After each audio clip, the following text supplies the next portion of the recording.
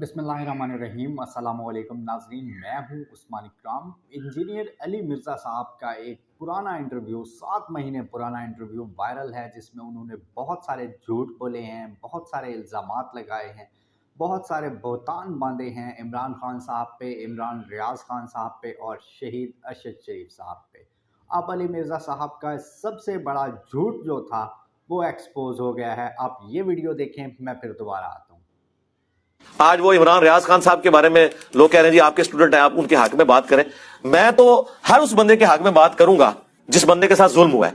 हम कहते हैं ज्यादती हुई है, इस तरह नहीं होनी चाहिए, लेकिन उनके साथ जो कुछ हो रहा है ना, वो मुकफ़ाते अमल हो रहा है। ये वही इमरान रियाज खान साहब हैं कि जब दूसरे सहाफियों के साथ ये मामलात होते थे ना, अबसार आलम के साथ, मतीउल्लाह जान के साथ, असद तूर के साथ, हामिद मीर साहब के साथ, उस जमाने के आप वीलॉग्स देखें इन्हीं इमरान रियाज खान साहब के।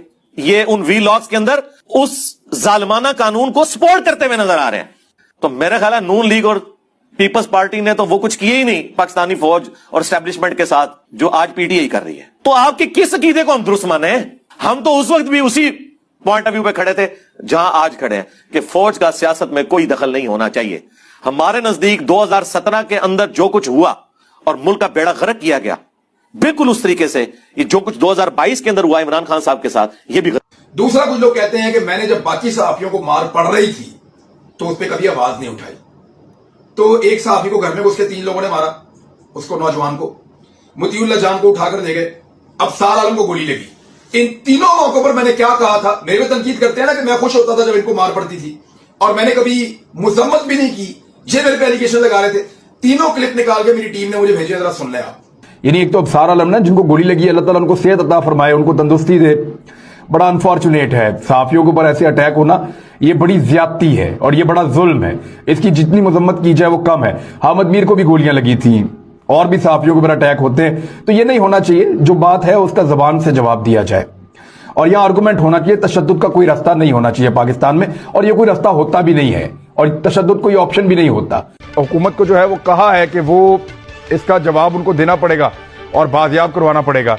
अब पाकिस्तान तहरीक इंसाफ की हुकूमत है, मतीउल्लाह जान साहब इस हुकूमत के बहुत बड़े नाकदीन में से हैं, उसकी बहुत ज्यादा हुकूमत की बुराइयां करते हैं, उनके लत्ते लेते हैं। ऐसे आदमी का गायब हो जाना हुकूमत के लिए बहुत बड़ी मुसीबत होनी चाहिए, लेकिन हम वज़ीर आज़म पाकिस्तान की तरफ से और बाकी लोगों की तरफ से उस तरह का रिएक्शन नहीं देख रहे। और जिस तरह से उनको अगवा किया गया है उससे ये तासुर बना है कि उनको अगवा करने वाले लोग जो हैं वो सिस्टम का हिस्सा है। लेकिन एक बात बड़ी क्लियर है कि ये जो हुआ है ये ज्यादती है, ये नहीं होना चाहिए था। पीडीएम की और पीपल्स पार्टी की क़यादत जो गई है जख्मी सहाफी की अयादत करने के लिए, और ये अच्छी बात है, बुरी बात नहीं है। जिसको मार पड़े उसके पास जाएं, उसको पूछें, जिसके साथ ज्यादती हो उसके साथ खड़े हों।